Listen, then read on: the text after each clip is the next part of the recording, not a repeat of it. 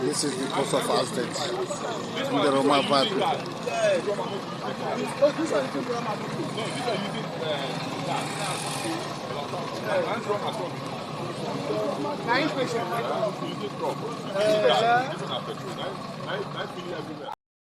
That was the main tanker that caused the accident. Did you see the scene there? Somebody said it's like a war zone. You're right.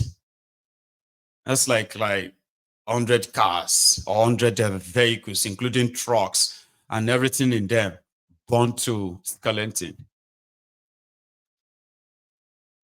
And health and safety measure could have prevented that. Like, everybody is there like, oh my God, oh no, oh this and that. Including government officials. They will all react. Oh my God, oh no. But there is a lesson there, my brethren. Dear Templars, there is a lesson there. None of the horrible things that happens in Nigeria should be wished on anybody, including those who you don't even like. But here is something. When they say, may Nigeria no happen to us, I think that's a very good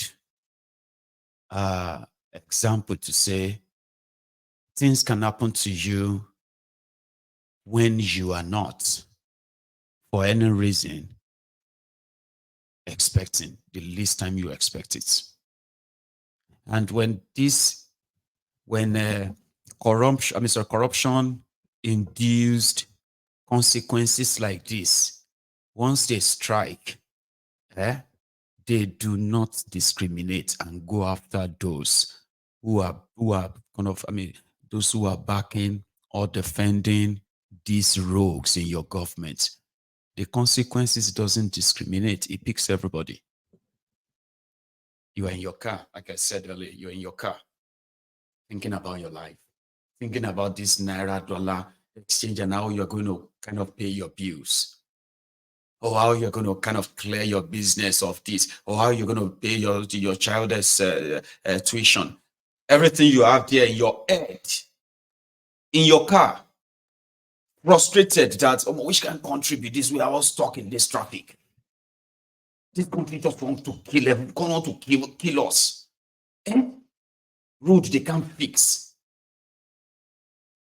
Economy they can't fix.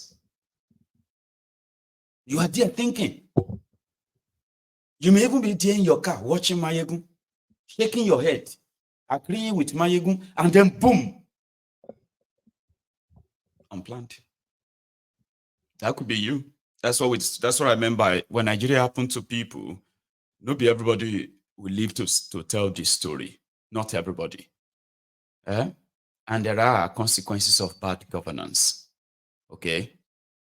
Consequences of corruption is beyond this looking at them and say they take money or they are thieves. I did a program on that yesterday, and I actually got feedback from some people who felt like, Mayegun, don't use that line again.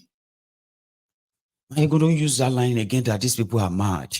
Because some of us understand what it means to have a mental health problem. And in a way, when people seek help and get help, you see, you begin to make us to start feeling or having sympathy for these guys. I was like, and I did pray that the way I'm going to say it to you, you probably will be able to process it. So maybe not everybody is able to process it. I'm not asking you to feel sympathy for them. I'm asking you to help us to what? To further neutralize them. When people who don't know them, you know better now. So I don't know how to describe that in a way. But corruption will kill every one of us. Whether you are in Nigeria or you are outside Nigeria, with these rogues in charge, with these rogues and what they are doing, right? The consequences will kill every one of us now or later. That's what I mean by if you don't stop them, it's like living in a country led by mad people. So if you have anything to fight for, it's going to be to fight for your life. And how do you fight for your life? It is by ensuring you take power away from these lunatics. That's just what that is. When you know that they are really, really lunatics, not people that want it, they don't want help. They have to be stopped. It has to be forced, or else they will do more damages, I promise you. When they fail to fix road and they fail to provide other facilities that could actually save lives, and until when lives are taken or destroyed, I mean, people die. Don't get me wrong, people die every day. Listen, millions of people die every day. Natural disasters, war, and stuffs like that. So if Nigeria is fighting war, and you are having over 1,000 people slaughtered, killed, or accidentally slaughtered on the road, like this one that happened on East-West Road, due to terrible road, due to terrible regulations, and then effective control, health and safety. All these things that are ignored, they are things that are really, really expensive. They can take lives, including your life, including my life. If you find yourself in that contraption, your life, and it could be snuffed out of you anytime. Not that you're sick, not because you're unwell or something. I mean, people die normally. But when lives are taken unnecessarily, and it's like it's become a normal thing, we need to raise the alarm so that maybe you will stop. Maybe if you understand the danger too, you will join us in stopping these criminals. Because without some of you, they won't really last. They won't. But as if that is not ridiculous enough. Remember the lady that got, well, I'm not going to say assaulted, okay? She was bullied when she went to Dunamis Church in Abuja to go and give testimony of how God touched her life, God changed her life. She went back to school, she got LLB in law, and blah, blah, blah. And the pastor stood up in front of the entire congregation and said, "No, you're a liar. There's no cause called that. Listen, you are lying." Then she became tongue-tied. She couldn't rebuff back. And the entire congregation just agreed that she was lying. But she wasn't. No, she wasn't. She actually went back to school, but it was the National Open University she went back to go get the degree. She had the certificate, she had all of that to show for it. So the pastor apologized to her. According to her, she said the pastor apologized to her.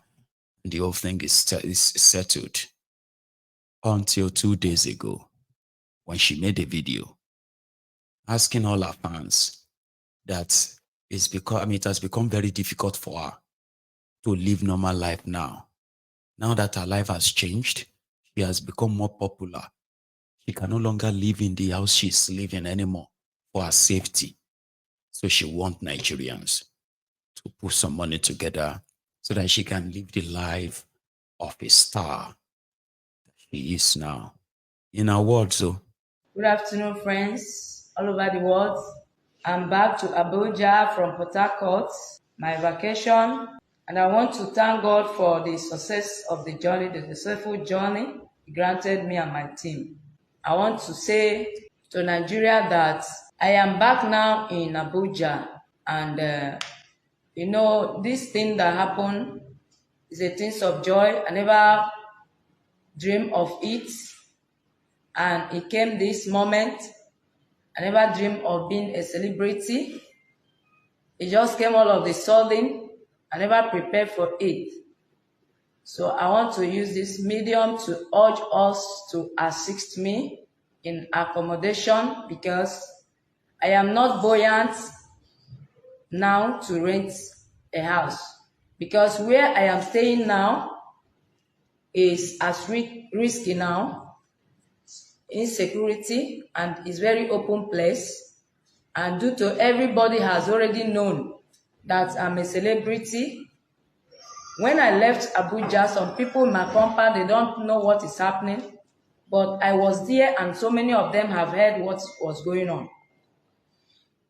And some of them are saying that they are waiting for me. Even my brothers and sisters that stay with me, they told me that people gathered Men and women, they gathered and they say they are waiting for me. You can imagine.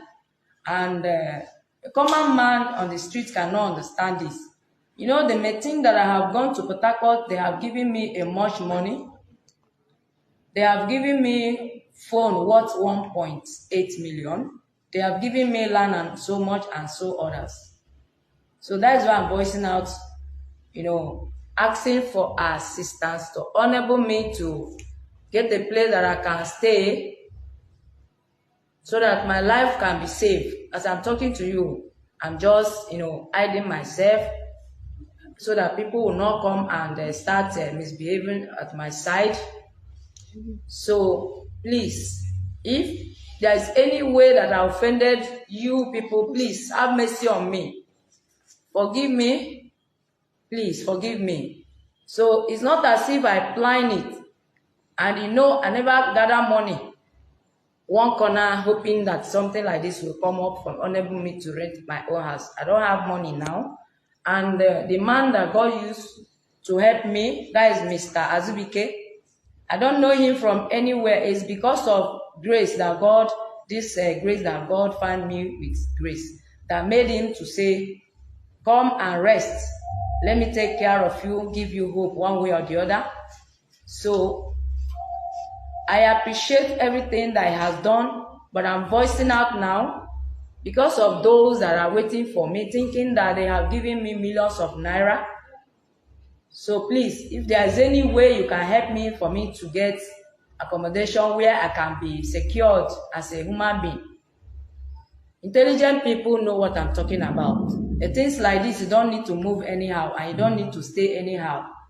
So please, if you don't mind, you can assist me for anything. Nothing is too small. I don't have money now to start, you know, renting house, but I believe that God who did this will do the other one. So, and I promise that as long as God started this good news in my life, I will also make impact in other people's life as well, which God ordained me to and destined me to be a helper to other people. I never begged before. I never begged one naira. Celebrity life is not easy. Even the school I went, nobody have ever given me 1 naira or 5 naira, say join for your school fees and go and pay. I am the one that struggle it and pay it. I never knock for anybody's house and say give me food or give me money or anything.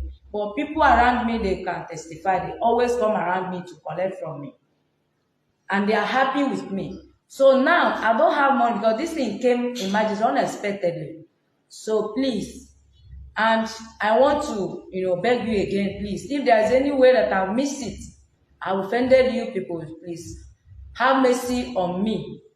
Anything that you can use to support me, I don't want to, you know, say, okay, let me push it to one person, because there are people that desire to have blessing as well in this issue.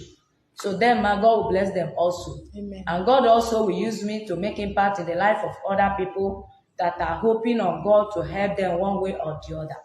So the man standing by me, Mr. Azubike, you can see the way he's trying. He's trying his own possible best as well as any other person that can do. So I urge Nigerians to join him to, you know, help me out, assist me one way or the other to enable me to be secure, my life to be safe. And also I want to use this opportunity to tell us about this man, this hotel, Mr. Azubike or Dr. Azubike, Barrister Azubike, Portland Resort Hotel in Portharcourt. It's a very nice and very big hotel, and it's very enjoyable. Anytime you feel like that you are going to Portharcourt, please try and, you know, lodge in that hotel if you can. It's very okay and it's secured. Security everywhere, and the place is very neat. Everything is intact. Nothing you look for to make yourself happy that is not there. So another person I want to appreciate, another company I want to appreciate is Ule phone. In fact, I am enjoying this phone. It's a machine. Oh. This one is seriously machine. Oh. The next time I can use it on television. If you fall inside water, nothing is going to happen. So even though rain is falling, nothing is going to happen. Do you know that when I was coming back, there was no network, but this phone is connecting to network. I'm the only person that using network in that airport when the rain was, falling. Even when I get to Abuja, people are complaining that there's no network, but this phone is, in fact, is going. I'm getting so much network. You charge it, can take you like. There are many weary one le. Many weary one le in Luyen, that place. Oh, because my sister, why don't you just go and live your life? Like, you don't have to help anyone if you can't really help yourself. Sell that phone, 1.8 million naira. Anybody, if you give you 1.5 million, sister, sell it. Sell it and keep your old phone. I don't understand this. My life is not safe anymore. But when you are not Yeye Bello, now Yeye Bello stole from people, used the money to pay the school fees of his children in advance of 10 years. And now he is hiding and he's telling everybody that his life is not safe. Auntie, waiting. Now, pastor, do not miss. Bully you. And we call it bullying because he used his powerful position in the public to shut you up when you were supposed to be a lawyer that graduated from National Open University. This is what itself, If nobody said they presented their usual certificate, Nigerians, they love certificate that way. They'll present certificate and say, who you are talking to. So, auntie, you don't have to help anyone. You only went to church to give thanksgiving. And your pastor bullied you. Okay? So, and then you came out to say you are forgiven your pastor, your Baba Gio, and everything is fine. You even took a picture, right? So how come 2 weeks or so later, story don't change, say your life no safe again because you are a star? You are using 1.8 million naira phone gifted to you, among other things you have been given. Why do you need a gated place for security? Auntie, how come your house suddenly became too open? Because people are gathered, people are gathering. Auntie, you are not easy go. Everybody knows that. Well, maybe not everybody. Okay. On the lighter mode now, okay. If Auntie says in her area she's not safe because Nigeria is a place where dog eats dog, so to say. There are those whose poverty will make them gaze at her and think she has so much money, which I understand. Auntie, go find another place and live your life quietly. You don't have to start online charity. You will be see that they still they give money. You want to say, okay, other people should have blessing through you. Other people can because I already tell you, say if you start foundation on top church testimony that went viral on social media, suddenly you're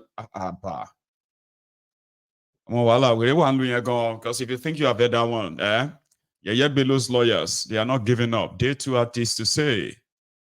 Despite the fact that Yeye Bello's sort of thieving is even like shocking to some of these young people in Nigeria. Like they've never heard stealing before. But you see, have those who claim to be lawyers. Maybe they went to National Open University as well. They had this to say 2 days ago as well. Corrupt free society like the Economic and Financial Crimes Commission, the EFCC, will turn around to immerse itself into the very corruption it was created to curb. It is saddening and against the constitutional rights of Nigerians for the chairman of EFCC, Olanipekun Olukoyade, to embark on a media trial of a former governor of Kogi State, Yeye Bello, on a crime that a court of competent jurisdiction has not tried and convicted him. We must quickly remind Mr. Olukoyade that Yeye Bello as a Nigerian citizen, enjoys the inalienable rights of presumption of innocence and the attempt to convict him before the court of public opinion without first securing a legal conviction is not justified under our esteemed laws. The threat by Mr. Olukoyede that he must see to the end of Bello's case or resign smacks of a calculated attempt at mischief and persecution. We urge Mr. President, who is currently enjoying the goodwill of the overwhelming majority of Nigerians, to immediately call on the chairman of EFCC call the chairman of EFCC to order before the latter brings his administration to public disrepute. The withdrawal of the appeal on the order restraining EFCC and its agent from arresting and harassing Yeye Bello by the commission itself is another indictment on the approach of the agency. When many Nigerians are wondering why the EFCC, which was quite abreast with the order stopping it from arresting Yeye Bello, will go ahead to lay siege on his house and illegally attempt to arrest him. Why? It is also clear that the EFCC's own admission that it filed the appeal against the order out of time shows flagrant disregard to the hallowed chambers of justice. A commission that is created by law to enforce the law cannot frankly disregard an order of court in such manner.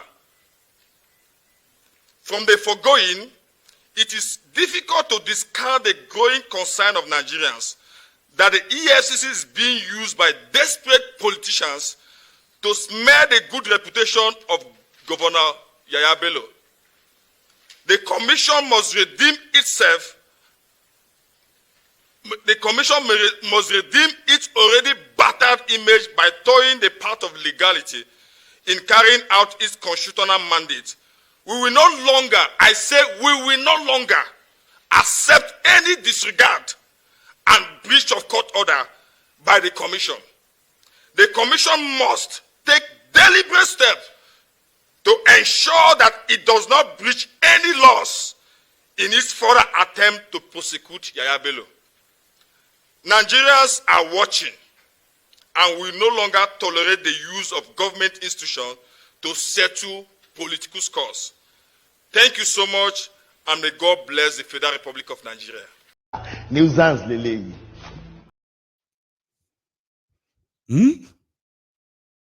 My mama or my papa go send me go school.